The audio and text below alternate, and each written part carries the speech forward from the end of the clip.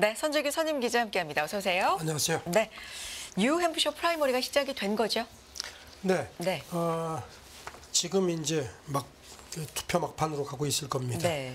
현재 시간으로 미국 동부 시간 오후 저녁 8시니까 우리 시간으로 조금 후인 오전 10시쯤 끝나고 그리고 뭐 집계하고 하면은 오늘 오후쯤 그 결과가 나올 것 같은데요. 그 윤곽이 지금 어떻게 나올지 상당히 궁금한데요. 네. 여기는 아시다시피 그 무소속 그 유권자들이 비중이 훨씬 더 많습니다. 무소속이 34만 명 정도 된다고 하네요. 등록 유권자가 뉴햄프셔가 87만 3천 명가량인데 공화당하고 민주당은 각각 26만 명, 그리고 이제 무소속이 34만 명으로 더 많습니다. 네. 무소속이 많다는 것은 헤일리한테 그만큼 유리한다는 건데 지금 그 디센티스가 그 사퇴했기 때문에 그 표가 지금, 그리고 또 사퇴하면서 트럼프 지지를 선언해서 트럼프 지지율이 지금 그 직전 조사에서 많이 올라갔습니다. 네. 물론 그 헤일리도 지금 결집하는 모양새인데, 그래서 지금 핵심은 트럼프가 아이오와에 이어서 이 뉴햄프셔에서도 과반 득표를 할지, 그게 지금 주목됩니다. 헤일리가 그 만약에 1위를 하거나 2위에도 상당한 차를 추격을 했을 경우에는 다음 달에 그 그 사우스캐롤라이나까지 갈 수 있는 동력을 확보할 수 있는 상태인데, 지금 전반적인 관측은 트럼프가 압승하지 않겠느냐는 그런 관측들이 나옵니다. 그렇게 되면은 뭐 이미 이제 더 이상의 경선이 무슨 의미가 있겠느냐는 관측도 나오는데 뭐 아직은 조금 이릅니다. 뉴햄프셔가 의미가 있는 게 이 헤일리 전 대사의 지지율이 미국 내에서 좀 높게 나오는 지역이잖아요. 그렇죠. 네, 그러다 그렇습니다. 보니까 여기에서 누가 이길지 이 부분이 좀 더 관심을 모으는 것 같습니다. 그리고 또 네. 이 뉴햄프셔는 지금 민주당은 그 비공식 투표입니다. 왜냐하면 민주당이 그 사우스캐롤라이나부터 경선이 시작되기 때문에 여기는 비공식인데, 어쨌든지 그 유권자들이 원하면은 여기 바이든의 이름을 써서 넣을 수가 있습니다. 그래서 지금 민주당 지지층에서는 이번에 바이든 이름을 많이 써놓자, 그래가지고 우리가 바이든랑 이제 리턴 매치에 대비해가지고 바이든에 대한 어떤 지지세를 보여주자, 뭐 이런 목소리도 큽니다. 네. 그러니까 투표용지에 바이든 이름 써넣기. 네. 뭐 이런 민주당 피켓도. 쪽에서는 이제 그걸 네. 또 독려하고 있습니다. 그렇군요. 자, 뉴햄프셔 오픈 프라이머리입니다.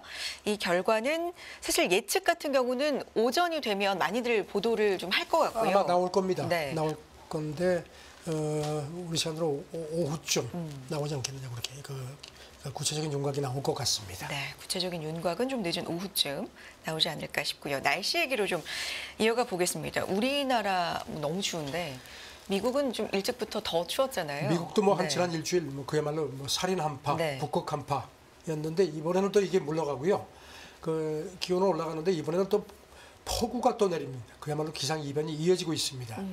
캐나다에서 북극 기단이 더 남쪽으로 내려오지 않으니까 이제 전반적으로 온도가 올라갔습니다. 그 네. 대신 캘리포니아 북서부라든가 오데오 연안, 텍사스, 미시시피강 하류까지 폭우 또는 진눈깨비가 온다고 합니다. 그래서 지금 앞으로 한 2, 3일간 폭우 경보가 내려진 곳이 많습니다. 네. 그래서 한 3,700만 명 미국 사람들이 폭우 홍수 위협에 노출된 걸로 그렇게 보도가 됐고요. 아시다시피 지난 주말까지 미국 전역 그 북극 한파 때문에 최소 한 82명 이상이 그 날씨 관련해서 사망한 걸로 그렇게 집계가 됐는데, 이번에는 폭우가 또 엄습하고 있습니다. 네. 뭐 이렇게 좀 극한의 날씨, 격한 날씨가 이어지고 있는 것도 기상 이변의 하나다라는 분석도 나오고 있는데, 기상 얘기 관련된 얘기로 좀 이어가 보겠습니다. 미국이 아프리카의 기후위기 대응 등을 위해서 전통 작물을 심도록 독려하고 있다고요. 어떤 얘기인가요? 뉴욕타임스 보도인데요. 네. 그 미국 국무부 세계 식량 안보 특사, 이 사람은 캐리 파울러라는 70대 외교관인데 이런 그 식량 안보 부분의 베테랑입니다. 이 사람이 지금 아프리카 쪽에 어떤 그 식량 개혁을 지금 적극적으로 추진한다고 합니다. 그래서 이런 그 특수 작물, 전통 작물 그 재배를 독려한 걸 되어 있습니다. 그래서 동북콩, 카사바, 옥수수 같은 그 이제 아프리카의 그 척박한 땅이라든가 이런 데서 그 잘 적응할 수 있고 그 다음에 이제 아무래도 뭐 쌀, 밀, 뭐 옥수수 같은 거는 아프리카 쪽에서 얻는 게 쉽지가 않으니까 네. 이런 식으로 특수 작물을 통해서 양분을 보강하는 게 어떻냐 하는 식의 그런 이른바 그 개혁을 지금 추진한다는 겁니다. 다만 이제 이게 예산도 그렇고 뭐 이런 것도 종자 확보 문제 같은 것도 쉽지가 않다는 겁니다. 네. 어쨌든 이제 미국 공무부는 이걸 적극적으로 밀어붙일 모양입니다. 어떤 그 중국의 어떤 그 아프리카 접근에 대항해서 이런 식의 그 식량 혁명을 좀 지원하는 쪽으로 외교 정책의 어떤 초점을 조금 좀 전환하는 거 아니냐는 관측입니다. 이것도 그러니까 외교의 일환이다라는 예, 말씀이신 거죠. 분석이 됩니다. 네. 지금 아시다시피 사하라 그 사막 밑에 있는 아프리카 국가들이 뭐 식량 사정이 형편없습니다. 네. 특히 그 주요 식품은 거의 한 지난 50년간 수입에 거의 의존을 해왔기 때문에 이게 이제 지금 상당히 어떤 식량 그 안보 자체 기반이 다 무너졌기 때문에 이런 그 특수 작물을 통해서 새롭게 아프리카 식량 안보를 정착시키는 걸 추진하겠다는 겁니다. 이 사람은 그 아시죠? 그 노르웨이 스발바르에 그 식량 공급의 최고봉으로 불리는 그 국제 종자은행이 있는데 그거를 그 설립하는 데도 상당히 기여를 한 사람입니다. 그래서 특히 종자 특허 대기업들이 갖고 있는 거에 대한 어떤 그런 식으로 해서 산업용으로 전 세계가 가는 부분에 대해서 상당히 그 비판적인 시각을 지녀온 인물입니다. 네. 파울러. 네.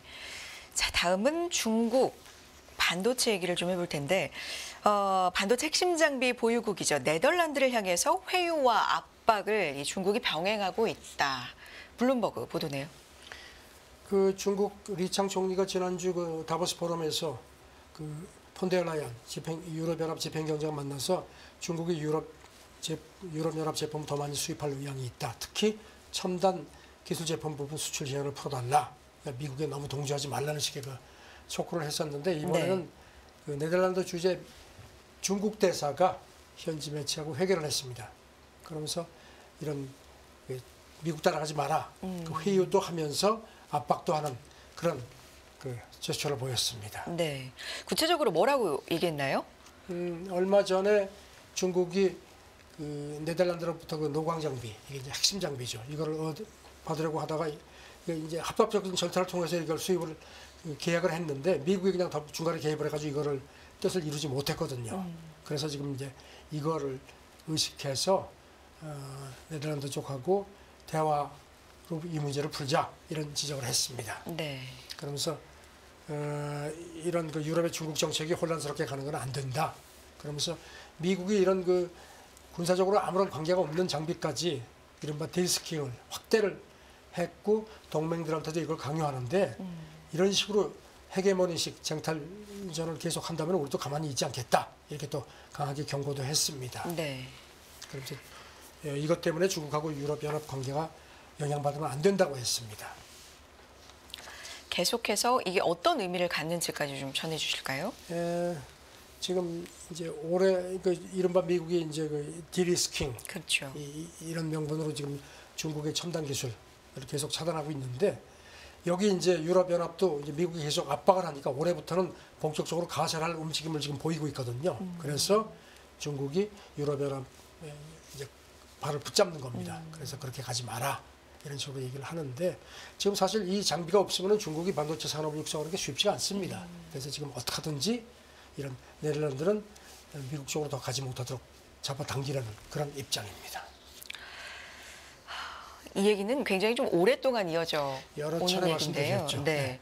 관련돼서 뭐 더 이어질 것 같습니다. 관련된 얘기 좀 더 해볼까요?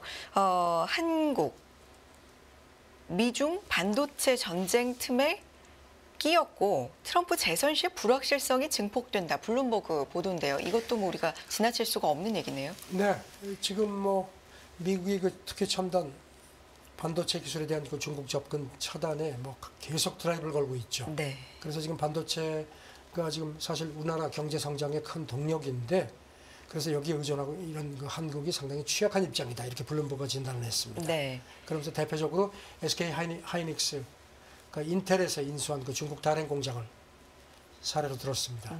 2020년 인수 계약하고 나서 1차로 그 낸드 프레시 공장 자산을 넘겨받았는데 2차 인수가 마무리되려면 2025년까지 시간이 필요한 걸로 지금 그렇게 블룸버그 내다봤습니다. 네. 2022년 10월에 이 자국 기술을 사용한 첨단 반도체 장비 또 AI 칩 이런 중국 수출 통제를 미국 상무부가 발표한 거잖아요. 발표했죠. 그리고 네. 이제 뭐 삼성전자, SK 하이닉스 같은 경우에는 이제 유예 조치를 그렇죠. 허용을 했는데 그게 지금 미국 쪽 관계자들 얘기는 그게 마냥 가겠느냐. 그리고 특히 트럼프가 재집권할 경우에는 그건 물 건너가는 거다. 이렇게 지적을 합니다. 그래서 이거 관련해서 워싱턴 DC에 있는 한미경제연구소 KEI 선임국장 얘기는 한국이 미중 관계에서 균형을 맞추는 섬세한 줄타기를 해야 하는 입장이다. 어떻게 보면 이게 경제적으로 기회일 수도 있지만 한국 기업들에게는 취약점이기도 하다고 그렇게 진단을 했습니다. 네. 뭐 미국 대선 어떻게 진행이 되고 있는지 계속해서 전해드립니다만 지금 상황을 보자면 리턴 매치 가능성이 굉장히 크잖아요. 어렵죠. 네. 지금 블룸버그 진단을 보면요. 핵심 반도체 제조 그 단계가 10개인데 네. 그중에서 식각이라든가 플라스마 증착 같은 이런 절반 정도의 기술은 미국이 주도를 하고 있고 웨이퍼 세정이라든가 석판 인쇄 같은 나머지는 일본하고 네덜란드가 장악하고 있다. 그래서 지금 반도체 공급망에서 한국이 역할을 하자면 이런 동맹들하고 이런 기술을 의존하지 않을 수 없다는 겁니다. 그래서 지금 한국은 중국보다는 미국 기업과의 협력이 특히 절실하다 그런 점을 상기시켰습니다. 네. 이거 관련해서 그 웬디 커틀러 이 사람은 무역 대표 부대표를 지냈죠. 네. 그래서 지금 아시아 소사이어티 정책연구소 부소장을 맡고 있는데 한국 기업들이 미국하고 중국 양쪽에서 나오는 위험이라든가 압박 그리고 기회를 저울질하면서 어려운 결정을 내려야 할 거다. 그 지금 유예 조치가 취해지고 있지만 아마도 많은 면에서 나쁜 일이 얼마든지 일어날 수 있다는 점을 명심해야 될 거라고 이렇게 지적을 했습니다. 지금 우리나라는 여러 가지로 좀 쉽지가 않네요. 쉽지 않은 네. 상황이다라는 결론입니다. 지금 얘기를 나누다 보니까요. 계속해서 다른 얘기 좀 해볼까요? 중국이 침공하기보다는 대만 교역을 차단하는 격리와 봉쇄를 할 가능성이 크다 이런 분석이 있습니까? 그 미국 보수 성향 싱크탱크 전략국제문제연구소 CSIS가 그 작년 1월에 보고서를 낸 게 있는데요.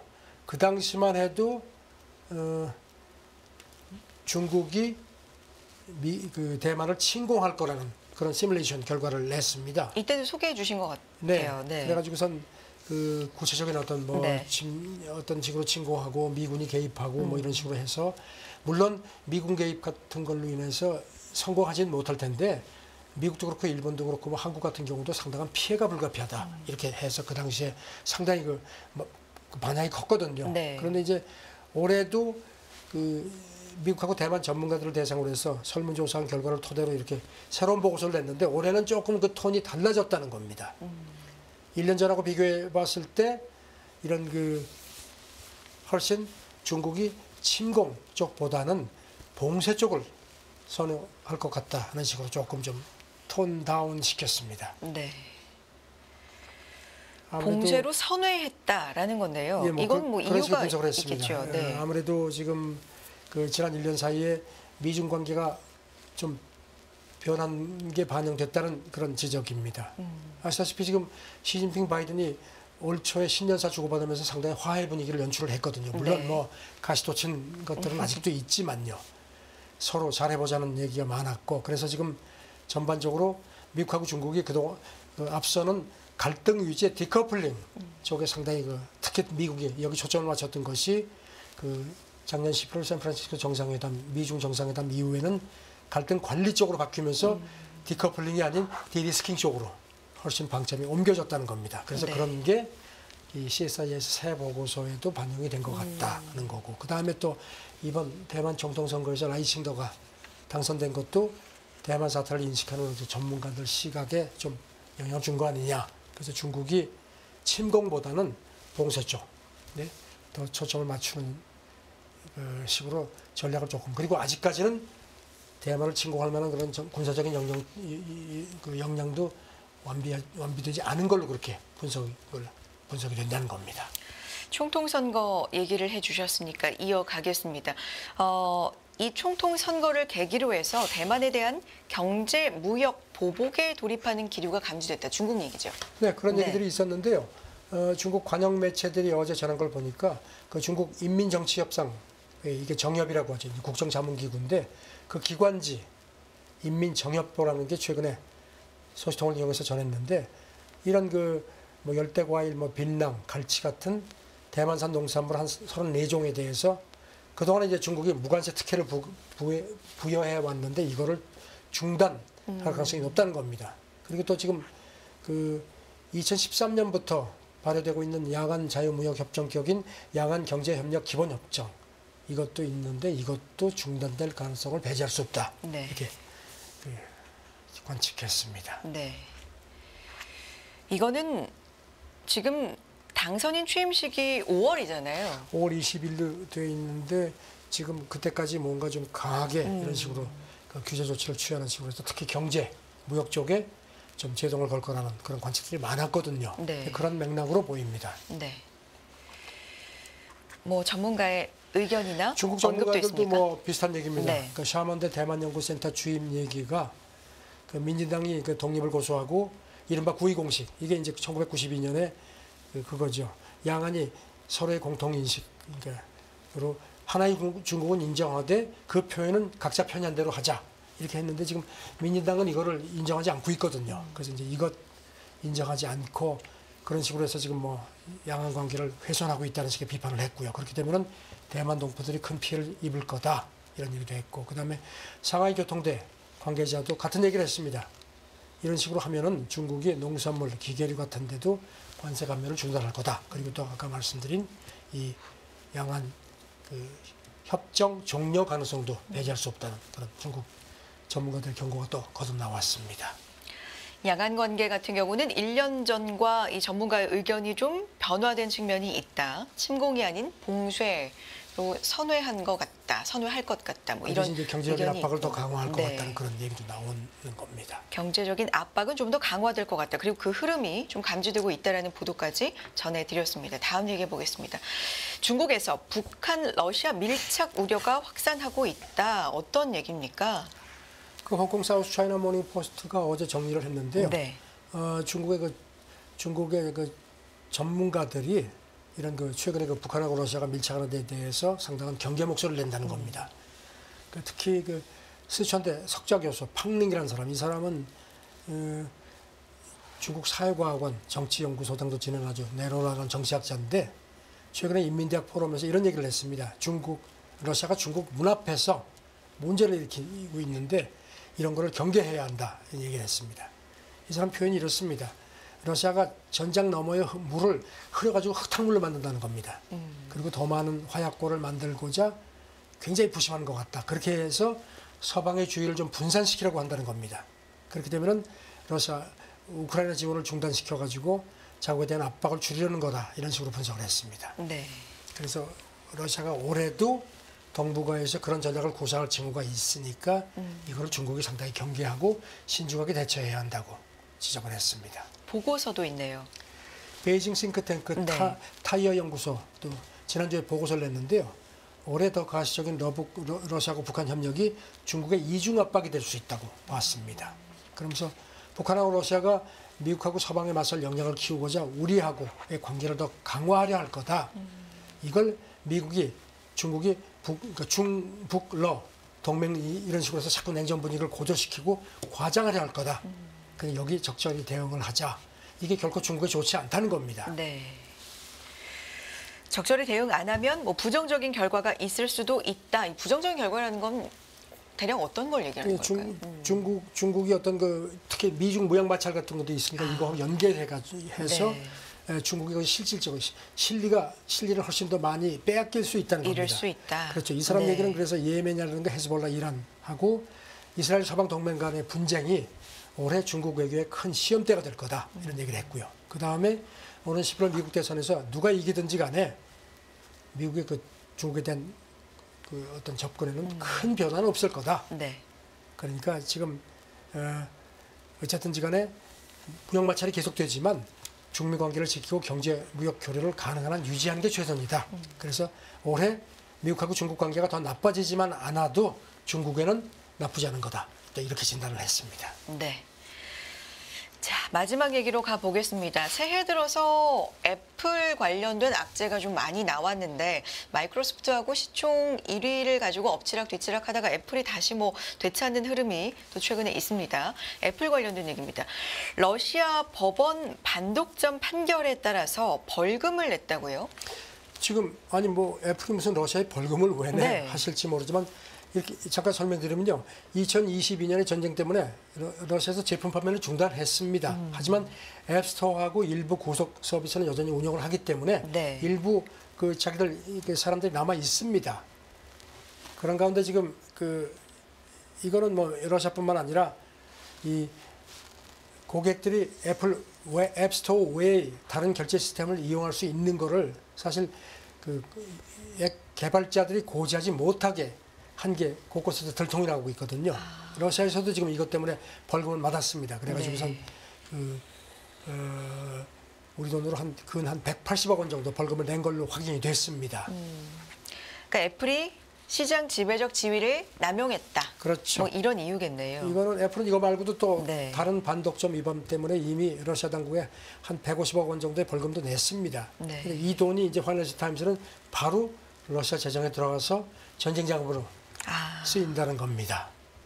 지금 보면은 미국 기업이 러시아에 벌금을 내려면은 미국 재무부 해외 자산 통제국 승인을 받아야 되는데 네. 여기 대해서 애플도 그렇고 재무부도 그렇게 논평 요청에 입을 꽉 다물고 있는데 이걸 미국 기업이 미국 재무부가 승인을 했기 때문에 벌금을 낸 게 아니겠느냐 그런 관측입니다. 네. 이번에 나온 보도에서는 벌금이 우리 돈으로 약 179억 원 정도. 뭐 액수가 그렇게 네. 많지는 않지만 저는 미국 기업이 이런 식으로 러시아 재정에 도움을 준다는 것은 상당히 백악관이 상당히 좀 신경 쓰이는 부분이죠. 그렇죠. 지금 러시아 같은 경우는 지금 판매를 안 하는데 아이폰 같은 거를 뭐 러시아 사람들이 웃돈만 주면은 튀르키예라든가 아랍에미리트 뭐 이런 데도 들어온 걸 얼마든지 살 수 있다고 합니다. 그런 상황이군요. 자, 애플이 러시아에 반독점 벌금을 냈다. 이런 얘기까지 오늘은 국제뉴스 살펴봤습니다. 선재규 선임 기자 함께했습니다. 고맙습니다. 네, 감사합니다.